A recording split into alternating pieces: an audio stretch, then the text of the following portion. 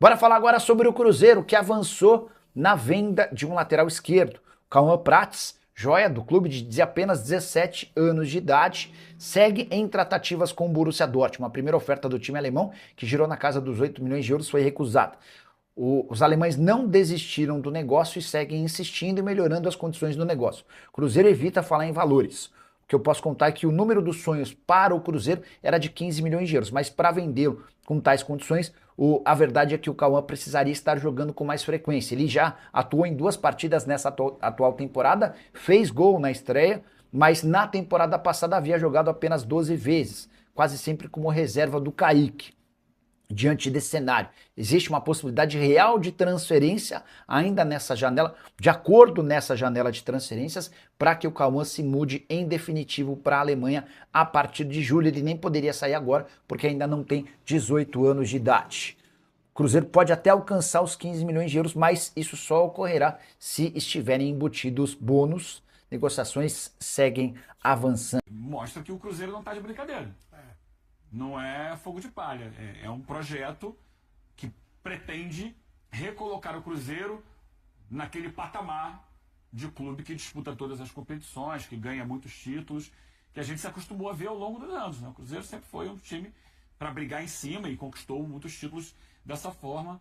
E esse passo é muito importante. O grande ponto, o grande X desse time do Cruzeiro aí, a grande dúvida é como será inserido o Gerson. E o que será o Cruzeiro a partir da inserção do Gerson na ideia do Tite. Eu acredito que o Gerson vai tomar o lugar do Christian. Eu acho Tem que ver se vai funcionar, né? A chance do Gerson entrar no espaço onde tem jogado o Christian e o Christian ir pro meio de campo. No lugar do Lucas Silva.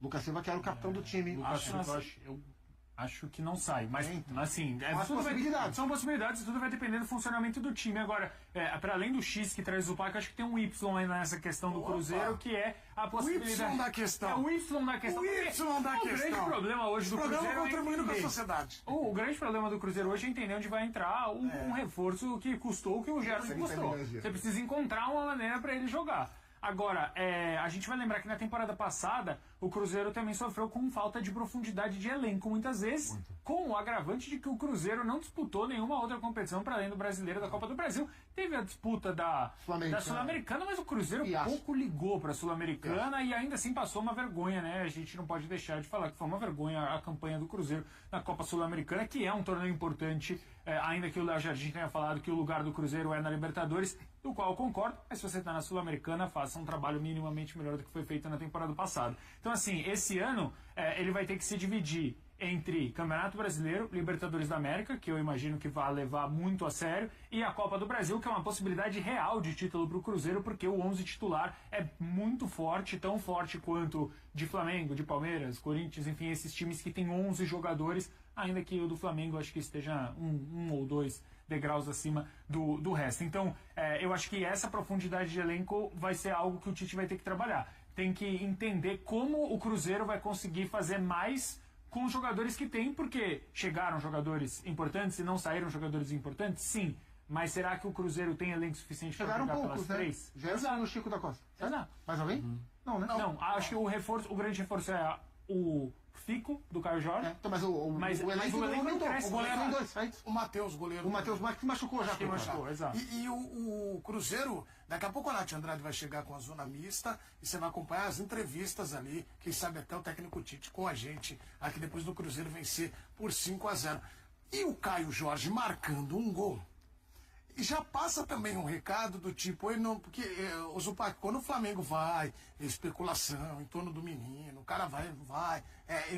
O Celso falou bem do Fico do Caio Jorge, eu acho que é muito isso também. Ele deixa pra lá, faz o gol, continua. Como que o Caio ia assimilar todo esse momento? Enquanto o Cruzeiro negava as propostas do Flamengo e encerrava as negociações, eu conversei rapidamente com uma pessoa muito próxima ao Caio Jorge para tentar entender como é que ele está. E o que eu ouvia, o Caio está muito em paz. O Caio está muito em paz. Era isso que eu ouvia sistematicamente. E aí, então logo o Cruzeiro encerra as conversas com o Flamengo, o Pedrinho renova o contrato do Caio Jorge. Né? Então, assim, o Pedrinho sabe muito bem que ele não podia deixar... o Caio Jorge tem contrato em vigência, então eu vou só recusar a proposta, porque as coisas não funcionam assim. Ele tem que cuidar do jogador, do ambiente. Então ele foi lá e renovou o contrato do Caio Jorge para manter o Caio também contente, sabendo do contrato que ele não foi, que o Cruzeiro não deixou que ele sequer pensasse se ele ia querer ou não, que era o que o Flamengo ofereceu. O Cruzeiro fez vários movimentos de fortalecimento. Os últimos movimentos que o Cruzeiro fez foram contratar o técnico das 2 últimas Copas do Mundo, contratar o executivo de futebol que era do Flamengo, manter o Caio Jorge negando 30 milhões de euros do Flamengo, renovar o contrato do Matheus Pereira, contratar o Gerson por 30 milhões de euros. São 5 movimentos que indicam o mesmo caminho. E quando todo mundo que está dentro do ambiente percebe para onde está indo o projeto, isso ajuda. Então acho que perceber o que o Pedrinho está fazendo com o Cruzeiro nesse momento, pelo menos nas intenções, a gente não sabe o que vai dar, mas nas intenções, ajuda o Caio Jorge a nem pensar no negócio de Flamengo. Resolveu, negou, renovou o contrato, tá todo mundo reforçando aqui, já meteu o gol e acho que é vida que segue. E até porque quando o Gerson chega, não que o Caio tivesse esse tipo de movimento, mas o cara olha e fala, pô fizeram uma baita contratação. Né? Pô, que legal. E o cara quase foi pro Flamengo. Eu acho que esse movimento realmente foi bem inteligente do Pedrinho pra mostrar, né, Eugênio, do tipo, cara, eu também gosto muito de você, como outros caras todos aqui, né? Mas é o que deve fazer um clube. Quando um jogador importante tem um assédio, quando você não quer que esse jogador saia, chama aqui, vamos te dar um aumento, você continua aqui com a gente. E o Pedrinho teve a capacidade econômica de fazer isso.